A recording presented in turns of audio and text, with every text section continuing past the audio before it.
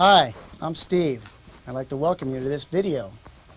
For this particular video, what I've done is I've taken a series of typical progressions that occur over and over again in country and country rock music, and for them I've written several courses of solos through each one, demonstrating techniques and devices that I like to use in my playing.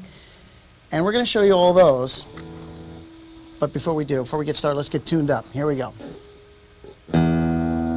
Here's an E or 6th string.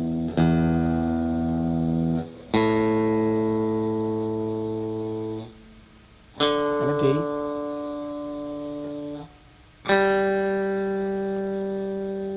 And a B. And an E.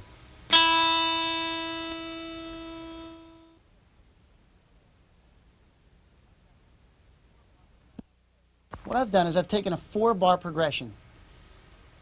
G7th for a bar, C7th for a bar, D7th for a bar, and then back to G7th for a bar in a typical country 2-beat or fast polka. And I've written 3 courses, I believe 3 or 4 over this progression, demonstrating fast single note lines. So let's play it for you, and then we'll see if we can't break it down and show you what I was doing. If we could tip the band, please.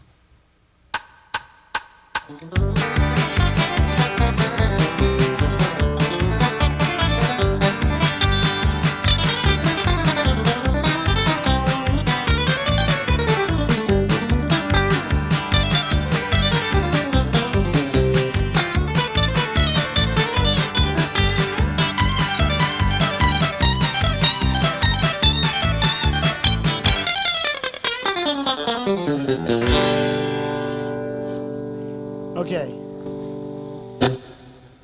so let's take that one course at a time, even smaller than that. Let's take that one lick at a time. For the first course, I start here in the 2nd position. And let me play what I played for the first course, and then we'll break it down. 1, 2, 1, 2, 3.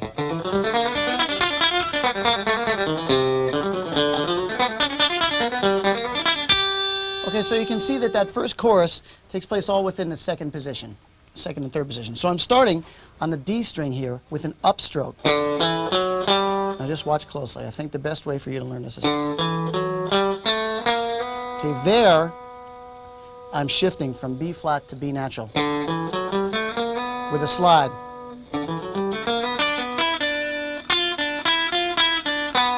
Okay, that's all in the 3rd position now.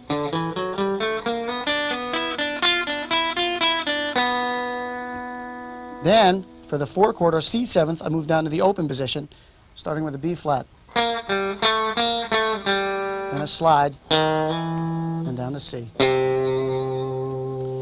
Then for the D, I'm walking down on the 4th string from G.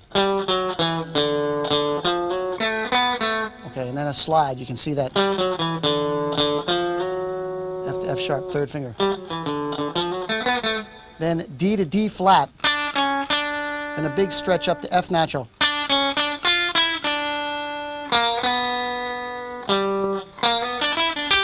Okay, then I just finish with a G lick out of a basic G chord.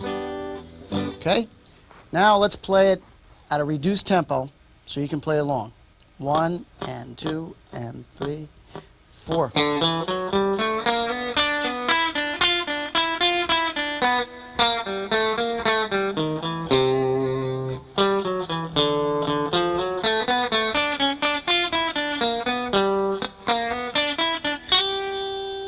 Okay? Moving on to the second chorus, I shift up to the 7th position, and here's what I played without the music. 1, 2, 3, 4.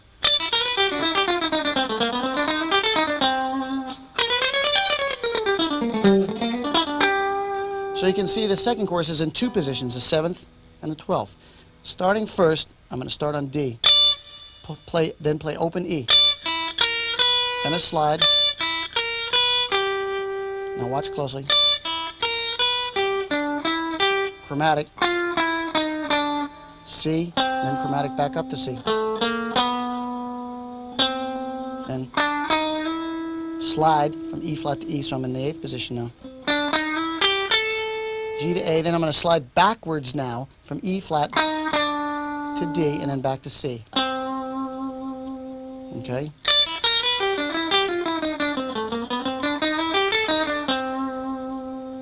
Then I shift up to the 12th position and I start with a slide chromatically from B flat up to D. Rock my pinky over to catch the high G. Right out of a major pentatonic scale.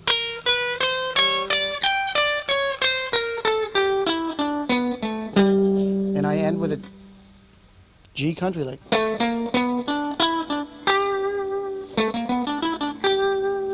Finally at the 12th fret. Here is the whole thing intact at a reduced tempo. 1 and 2 and 3 and 4 and.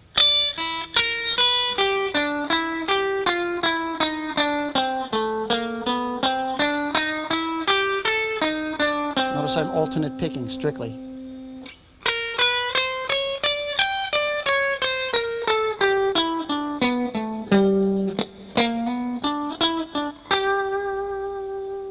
Okay?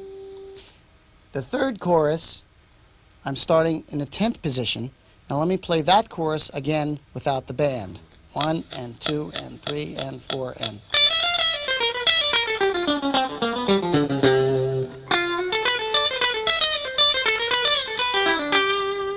Okay? Slowly. 1 and 2 and 3 and 4 and. C, important. Another important move, B flat to B, E D, B flat to A. Okay? Chromatic, open D, slide, then chromatic down to C, we're at the 4 chord. Alternate picking. For the 5 chord, I'm going to start with a slide. Let me do that slowly.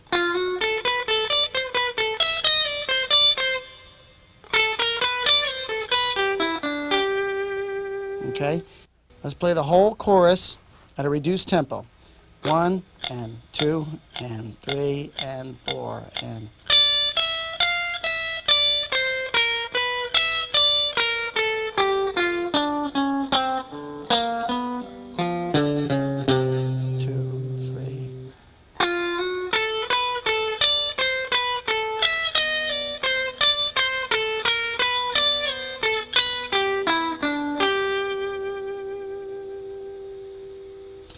And for the 4th chorus, I'm moving up here in the 15th position, and I'm starting with a bend, half step bend, then back down to the 15th fret, 17th to the 15th on the 2nd string. And I do that same thing again. Then I do the same thing a 3rd time without the bend. So I get this. And it sounds like...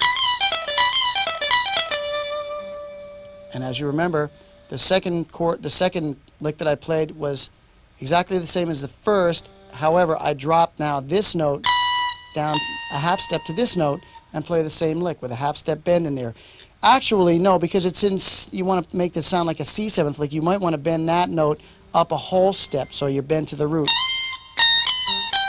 And everything else remains exactly the same. Third time again without the bend. Now to make that lick sound like a D7th, move that finger down, the top note down, again, one note. Same lick, and again, bend a whole step. Or a half step, either one works. And then end on G. Let's play that section now at a reduced tempo. 1 and 2 and 3 and 4 and...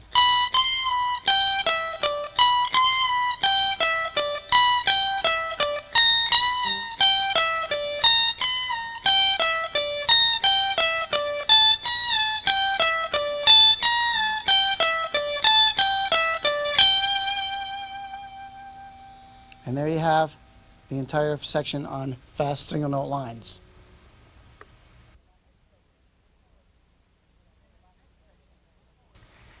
In this next section, we'll call it, for lack of a better word, we'll call it open string scales or open string ideas.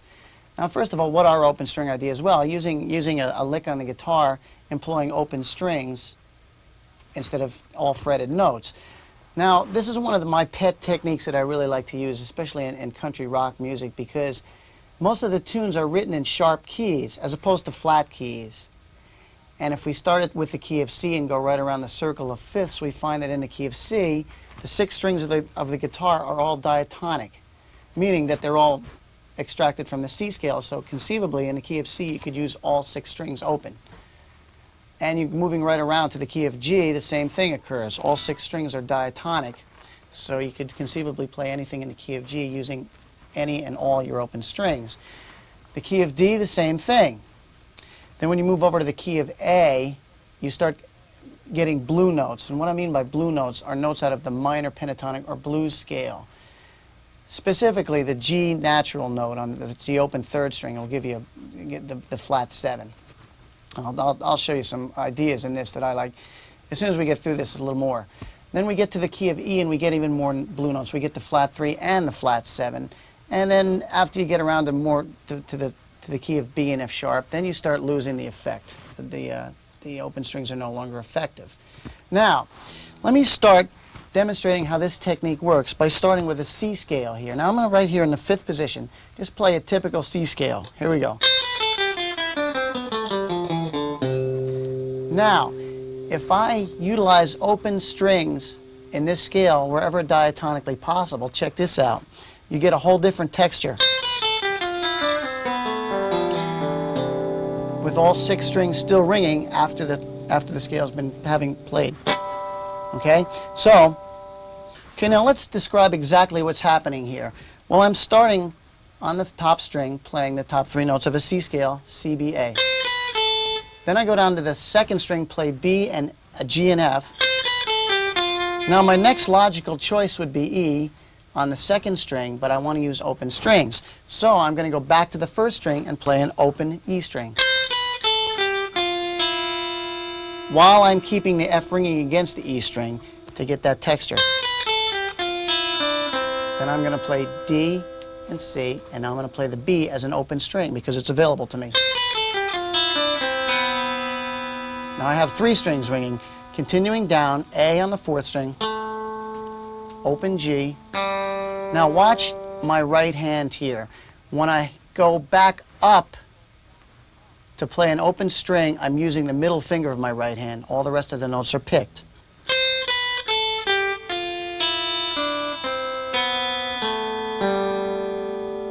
Now continuing down, I'm going to use my 2nd or 3rd fingers to slide from F to E on the 5th string. And then D, I will play open with my middle finger of my right hand. And then finally finishing up with C.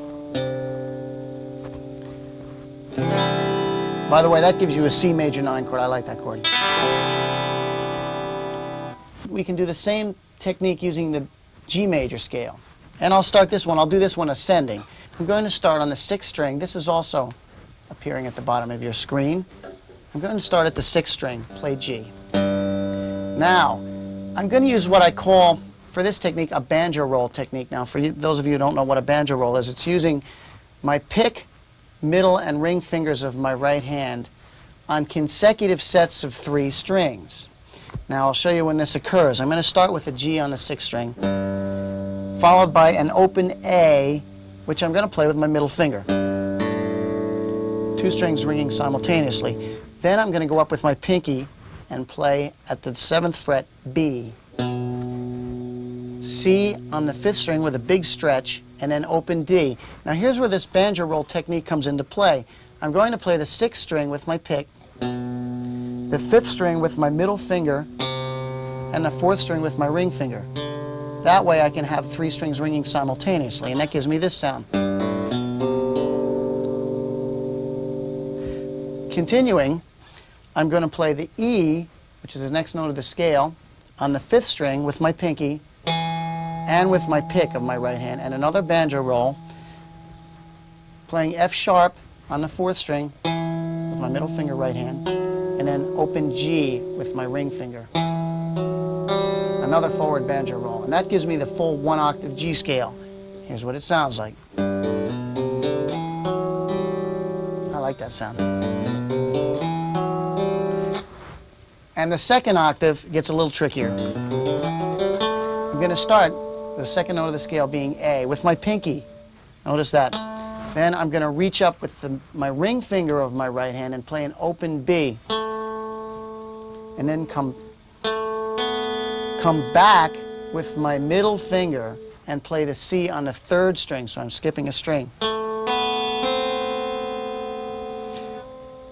Hammering on from there to D, from C to D with my 3rd finger, and I'm going to do that same technique again, reaching up, playing the open E string with my ring finger. And I'm going to come down to the 2nd string with my pick and play F sharp.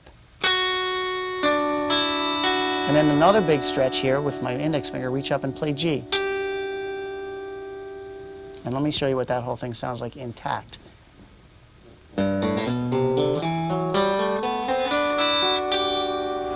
And that's a nice little ending technique I like to use for an ending of a song that ends in G. I would just play something like this.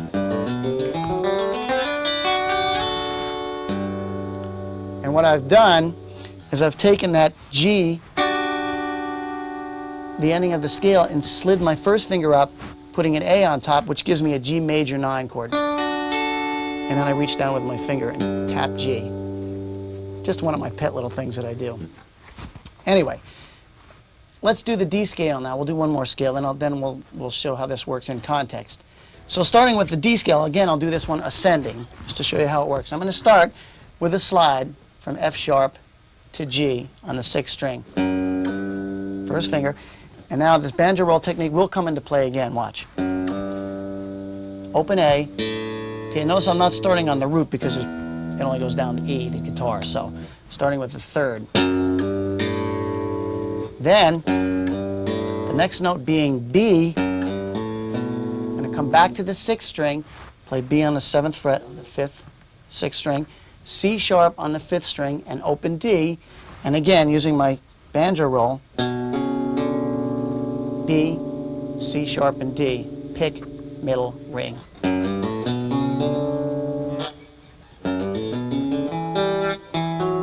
Continuing on, I'm going to play E then, the next note, on the 5th string with my pinky, F sharp on the 4th string, and G as an open string. And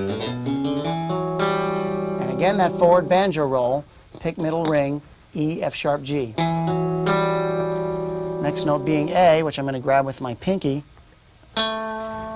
skipping a string and playing open B, coming back to the 3rd string and playing C sharp, and then reaching way up to the 3rd fret of the 2nd string to play D. Now watch my right hand here. I'm playing pick, ring, pick, middle. Now that's subjective. That's, if you want to do that, that's fine. If you don't, that's just the way I do it. And descending,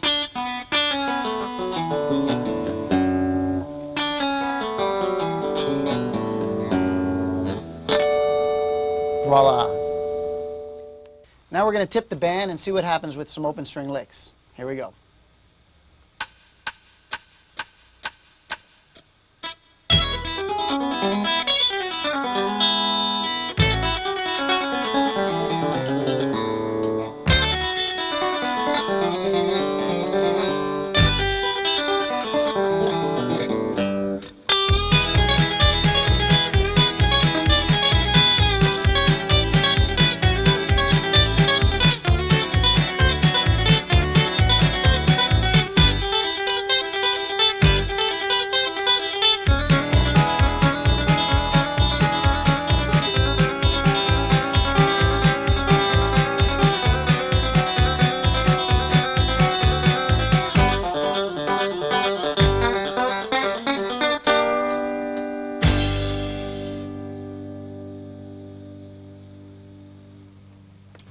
Okay, let's take a look at that first course of open string licks, this time played without the background music so you can see exactly what I did. Then we'll break it down. Here's what happened. 1, 2, 3, 4.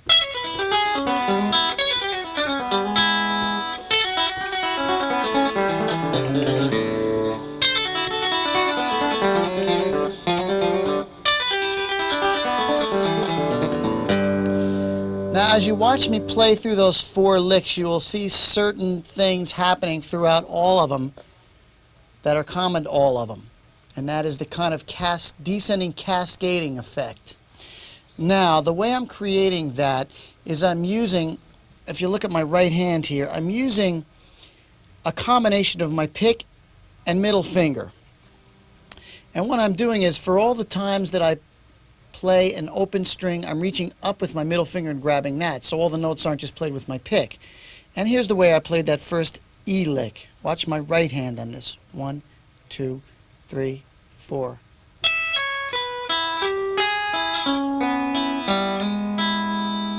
So you can see I'm using a variety of fingers on this one. Now, let me describe it here while you're watching my right hand. I'm starting off with a pull-off from E to C sharp. And I'm coming to the second string, playing that with my pick, and then playing the first string with my middle finger. Then I use a forward banjo roll, pick, middle, ring, across strings 3, 2, and 1, G, G sharp, and E. Then I'm going to go down and play another forward banjo roll, starting on the 4th string, skipping the 3rd string, playing C sharp, open B, and open E. And then finally finishing with a slide from G to G sharp, and then open E with my ring finger. And that's the technique, just alternating between my pick and middle finger. Now let's go back and I'll show you what I did with the A 7th chord. I started with an A6 triad here, and I'm going to start with that same cascading effect, playing A, F sharp, open E, back to F sharp, down to G natural, back to F sharp, and again to open E. Then I'm going to cascade the rest of the way down in this manner. Watch my left hand.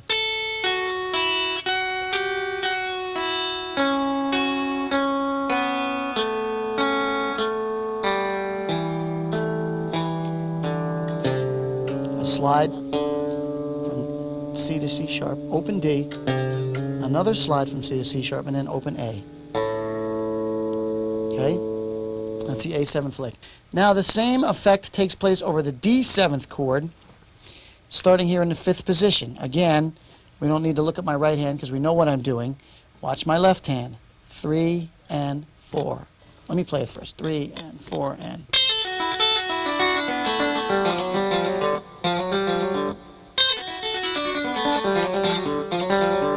Okay, here we go. Slowly. 3 and 4 and open E.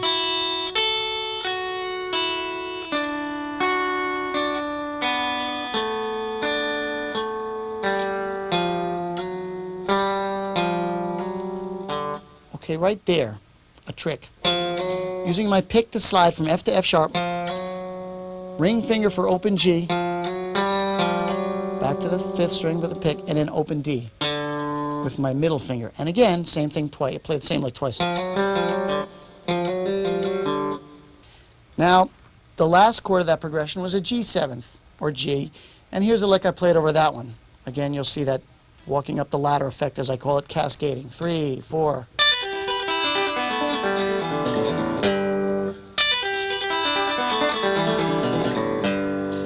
Six strings ringing at the end of the lick. Now, one thing, before I go on, look at my left hand here. You'll notice I'm keeping my fingers perpendicular to the strings. Okay, you don't want to flop your fingers down across the strings like this, because then you're not going to get the proper effect of the strings ringing against one another. You want to keep your fingers pretty perpendicular. So no finger touches another string as it's playing. Okay, that way you can keep the strings ringing. Okay, now here's what's happening. Watch slowly here. 7th position. 3 and 4 and.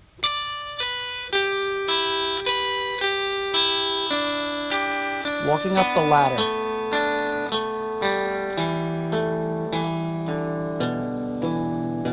Open A, and that gives you time to shift down and play the G. Okay? Here's the entire solo intact at a bit of a reduced speed. 1, 2, 3, 4.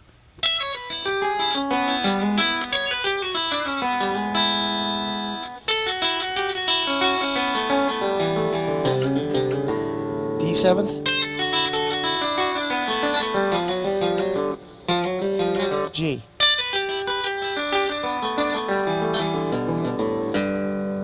Okay?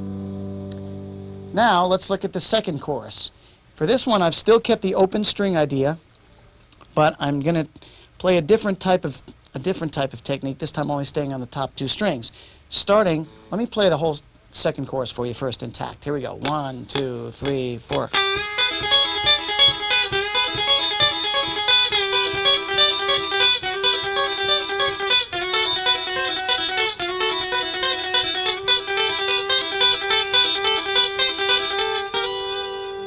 Okay, so you can hear that the common thread hinging all these licks together is, again, the open E string, because it's common to all 4 chords in the progression. That's why I've chosen to use it. So for starters here, I'm going to bend a G to G sharp, and I'm going to hold it there. And against that note, I'm going to play an open E string pulled off 2 from B, C sharp, and D. Now, watch me do it. Watch my left hand first. 1, 2, 3, 4.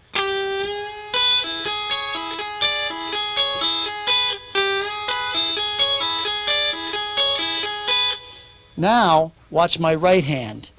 I'm using my pick on the second string and my index finger on the first string. Watch. 1, 2, 3, 4.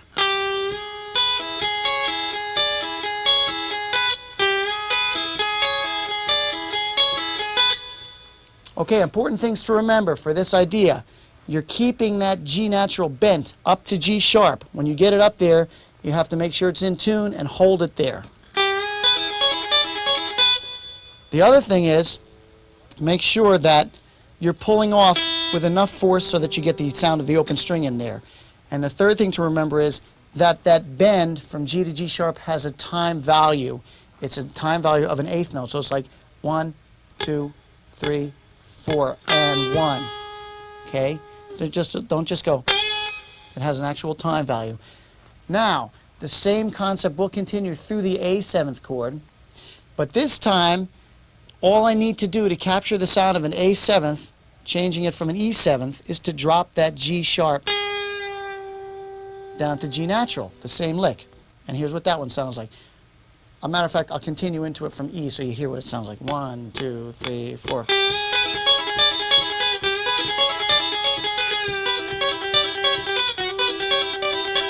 And the third chord being D7th, I have to move down to the 5th position, starting with F sharp on the second string and A on the top string. My open string will still be E.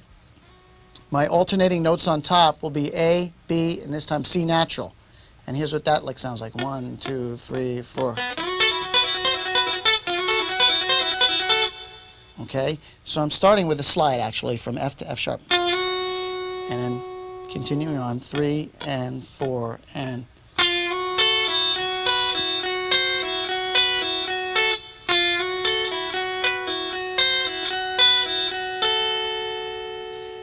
And the fourth chord of that progression being G, I'm going to start with B, G and B. Top two strings, and notice my fingering, second and third fingering. That leaves my pinky free to play the C on top, my index finger free to play the A on the bottom, in between the open E strings. And that one, I'm going to start like this, 3 and 4 and, well, let me play it up the tempo, 3, 4 and. At the end, I have the G and the A ringing together. Slowly, 3 and 4 and.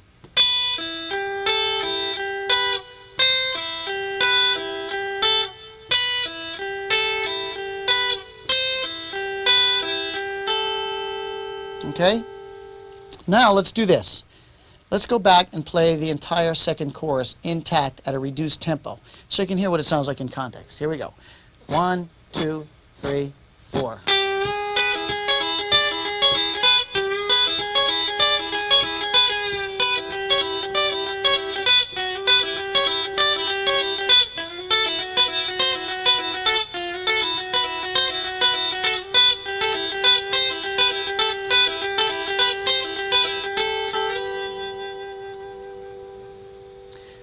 Okay, and now for the third and last chorus, what I've done is I've taken a technique. It's an age-old country guitar technique, and it's a forward banjo roll right off the banjo, a la James Burton or any number of people you've heard probably. This lick's been recorded 100 times probably. And here it is. Here's what I played for the third chorus, and then we'll break it down. 1, 2, 3, 4.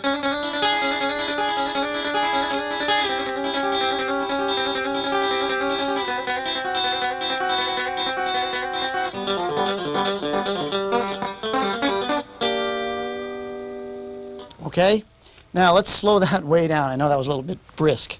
So what I'm doing here is, first of all, let's look at my left hand. I'm going to start the chord being E7th with an E7th triad. D, G sharp, and open E. Again, the open string being E for all three chords. And then I'm going to start with a hammer-on twice from C sharp to D with my pick. Then I'm going to go up and play the high string. We'll get to my right hand in a minute. And then roll across strings, 3, 2, and 1. D, G sharp, and E.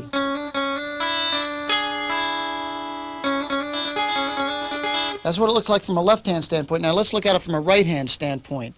Okay, my pick is going to play all the notes on the third string. My middle finger plays all the notes on the second string. My ring finger plays all the open E's or notes on the first string. And here's what it looks like from a right-hand standpoint. 1, 2, 3, 4.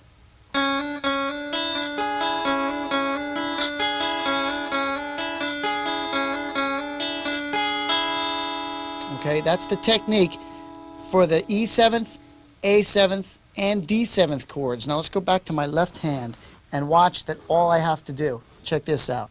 To change that E7th to an A7th, all I have to do is move the same lick that I just played down a half step.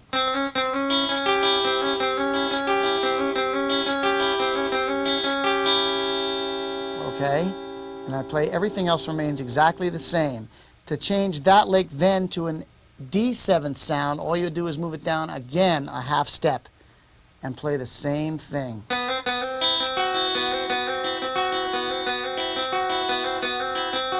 4 times to cover 2 bars. Now the G lick is a little bit different. The G lick is what I did. Here's what I did for that. 3, 4.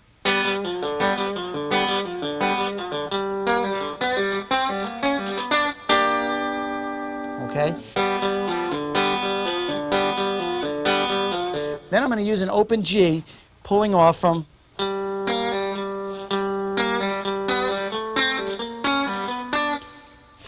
ascending notes on the third string to the open G to ascending notes on the fourth string. Now the best way for you to learn this, believe it or not, is to just watch what I'm doing really slowly rather than for me to go through a tedious explanation. Here we go. 1, 2, 3, and 4, and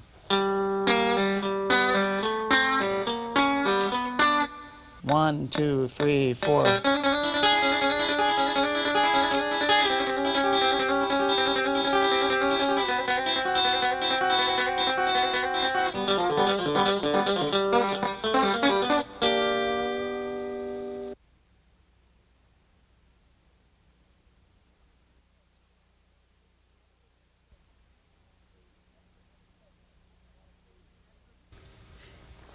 And for this segment, I've taken a 12-bar blues progression, a shuffle, one of my favorites, a boogie shuffle, which we're all asked to play quite often.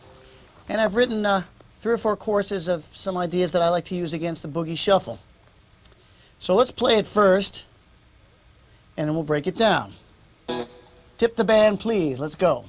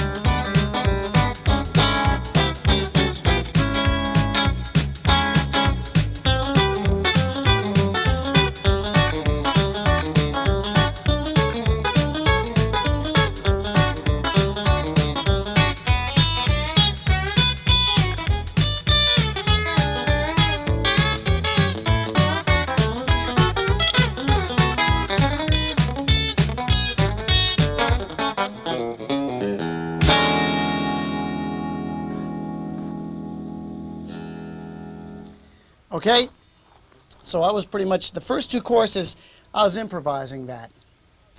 But the 3rd, 4th, and 5th courses are the courses I'm going to show you. The first chorus, I'm going to use triads coupled with an open string. Now, of course, being in the key of E, I think it's only fair that we start with an E 7th triad first. And here's what I'm doing. Okay, I'm leading with my index, with my middle finger of my right hand with an open G string. That's my first note. Okay, then I'm going to come back. Notice I lift my second finger off the 3rd string. Come back and play a G sharp on the 4th string. Then I'm going to replace my second finger on the B, and then with my middle and ring fingers of my right hand play B and D together.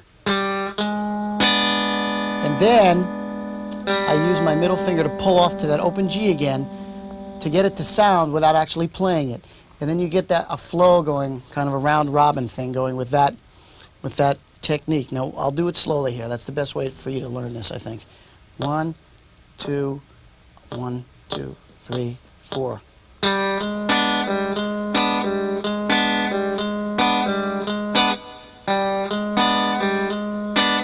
See? Okay. So I'm going to play that over the E chord. Then when I get to the A 7th chord, I'm going to just move it down to create an A dominant triad, and that's going to be with pinky on G and index finger barred across the 2nd fret, A and C sharp. Now I'm going to again lead with that open G string, and to get that, I'm just going to how can I describe this? I'm going to roll my index finger back a little bit so it's off of the 3rd string, allowing me to hit that open G. And I'm going to hit the fretted G on the 4th string. So I have unison notes. And then I'm going to put my finger back down on A and C sharp and again snap them like 2 rubber bands. And I get a round going that way. And I'm using my index finger to pull back. Kind of, you can see my finger sliding along the string here until it slides off of it, and then it makes it sound by pull off. Okay? Now, for the B 7th chord, I'm just going to take that same A 7th and, what do you know, move it up 2 frets. Okay? Same thing, going to lead off with an open G, come back to A. Now this might sound a little dissonant at first, but when you get it rolling, it sounds fine. Come back to the A with my pick, and then put my first finger down and play B and D sharp, 4th fret. And then again, roll my first finger across that B, pulling off to the open G. And I get that roll going. Okay?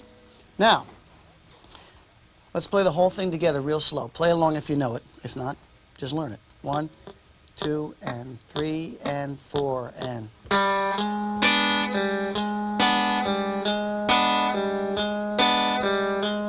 Again.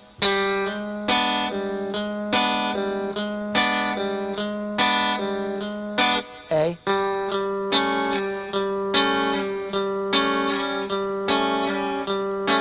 Back to E.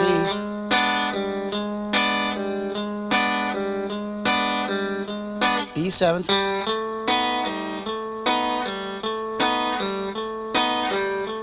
Back to E.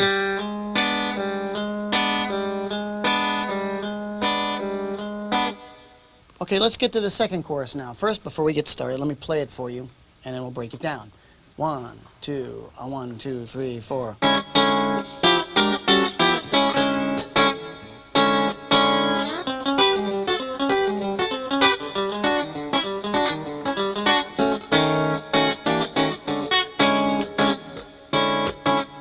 Okay, so now the first thing you can see, well, the first thing you can't see actually, good segue. Look at my right hand. What I'm doing here, and you might have noticed this, is I'm not actually strumming these chords with my pick. My pick has somewhere disappeared, and here's what happens, and I think a lot of guys do this. My pick is suddenly being slid down, and I'm kind of palming it between my palm and the first knuckle of my middle finger, my right hand. And that frees 4 fingers up to kind of pluck the chord rather than strum it. And that way you get 4 notes playing simultaneously rather than kind of a arpeggiated effect. The chord I'm using is a 13 chord. Just watch the fingering. And then E on top. On the inside 4 strings. 5, 4, 3, and 2. And what I'm going to do is I'm going to move that around, harmonizing the blues scale as my top note. So, what I'm doing in this case is this. I'm going 1, 2, 3, 4.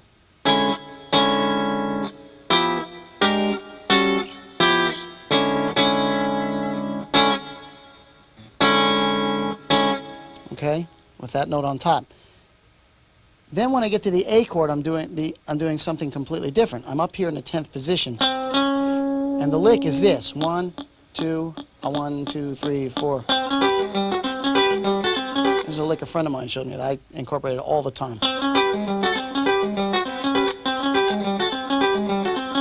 I'll do it slowly. 3 and 4 and.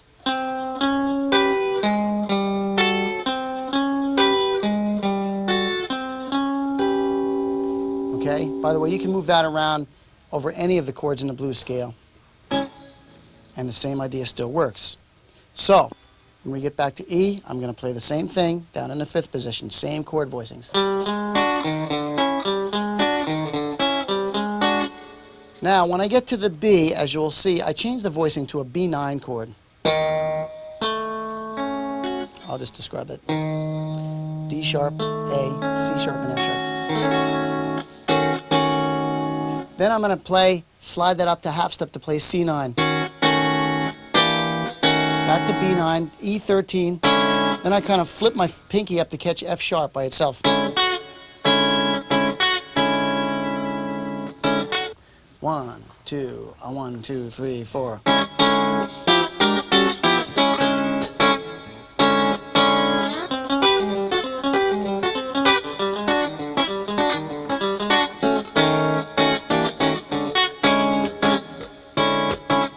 Now, for the third chorus, I go more into a country vein and more of a double stops idea, a la Albert Lee or somebody like that.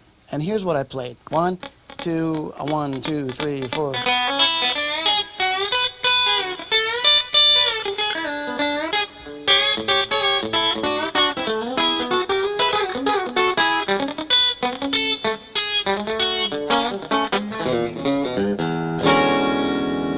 that's the way I ended it. Now, first of all, I'm starting down here. Open position. Hammer on. Then I'm going to bend a D up to E. Now notice I'm supporting the bend with my second finger because it's tough to bend down there. And G sharp on top. So also, I bend that D up to E and then stop it with my thumb on my right hand. I don't want everything to be ringing. And I'm going to shift up to the fifth position, do the same thing, bending F sharp up to G sharp.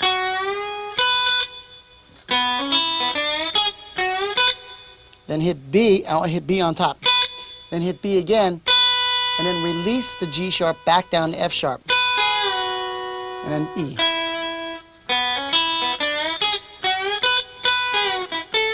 Then I go up a minor third and do the same thing over E blues scale.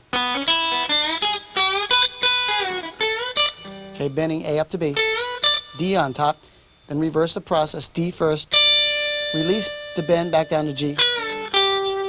Then the tricky part, I'm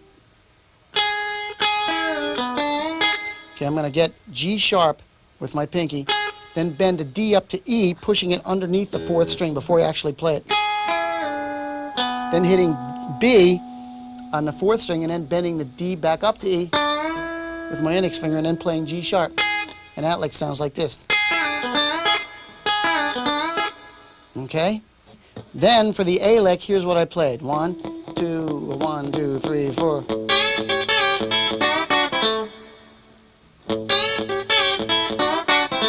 For this one, right hand pick is playing the fifth string. Middle and ring fingers are playing all the other notes. I'm starting with the A, and that's going to be the note that I'm interspersing between all the other double stops that I'm bending. Starting with my pinky on C sharp, bending a G up to A underneath it. Hitting the open A first.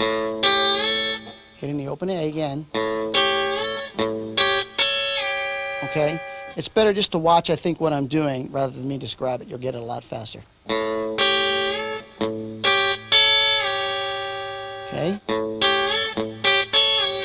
And notice when I'm hitting the open A. That's important. It kind of makes the thing punctuate a little bit better. Double stops, E and A. Bending double stops, D and F sharp. Bend them both at the same time. Just bend them up. Doesn't matter, just bend them a little bit.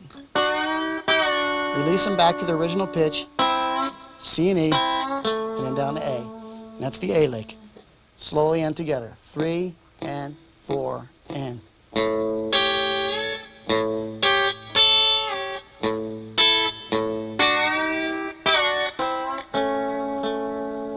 Okay?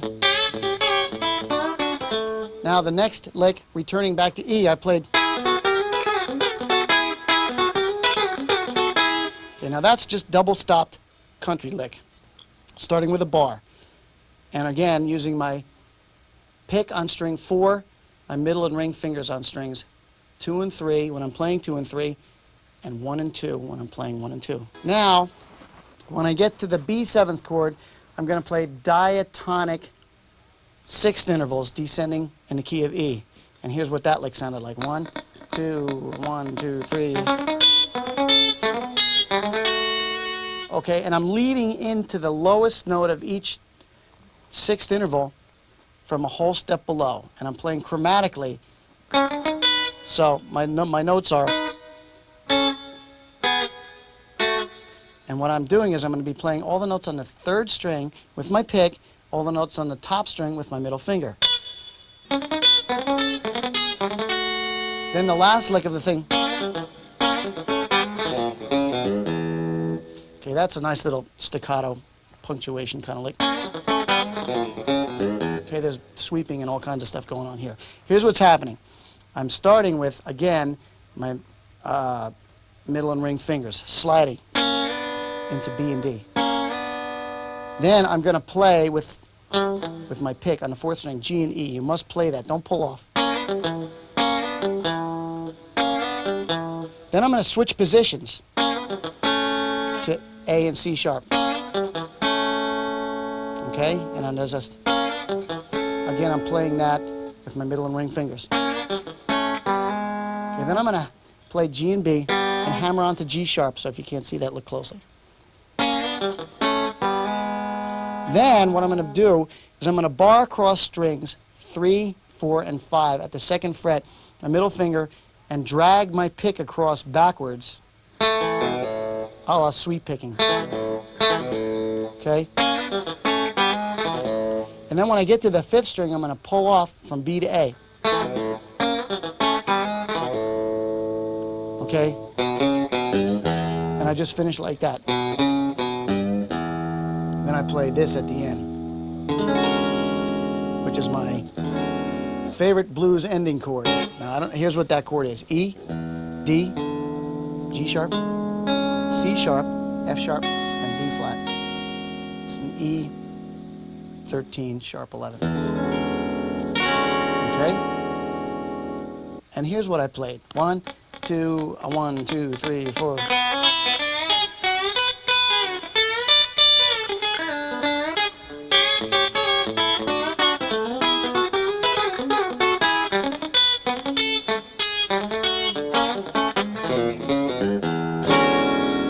Okay? And that concludes that section.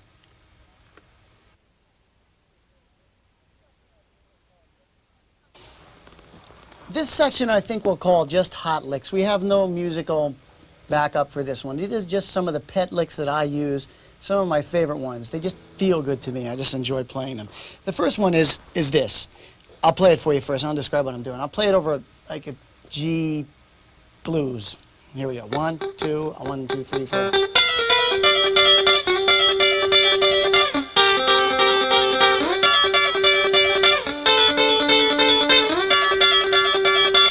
Okay, I just like that one. It's a rolling effect.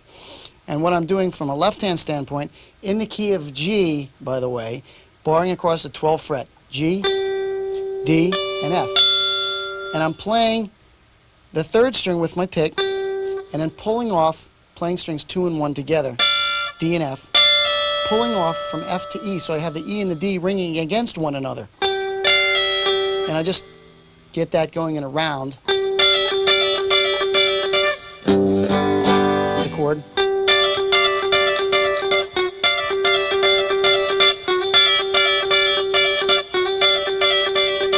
Okay, if I want to move that down to C, I'll just move it down to the 5th fret.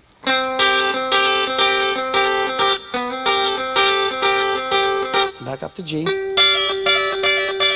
and down to D. Okay, that's one of my favorites. Here's another one in the key of E, or any key that I happen to like. It's just one of my favorites, ending tunes or whatever. Ending little tags at the end of a tune. Here it is. 1, 2, 3, 4. We'll see it again. Okay, here it is slowly. Starting on B, 1st string. 1 and 2 and 3 and 4 and.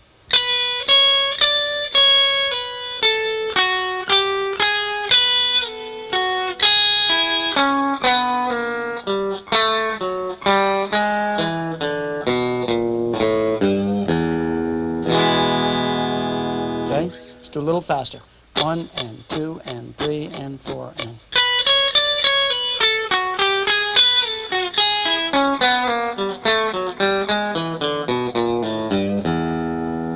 Okay, and now here's the 3rd one, 3rd and final hot lick, as it were, in the key of G, another one of my favorite keys. And let's see, here's what this one sounds like. Let's see, we'll put it in context here. We'll put it at the end of a tune. 1, 2, 3.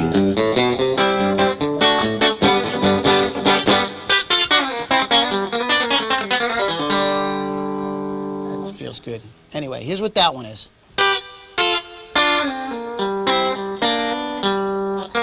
Second half.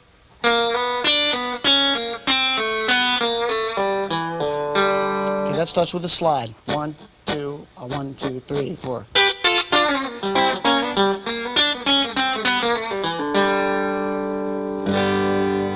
Okay.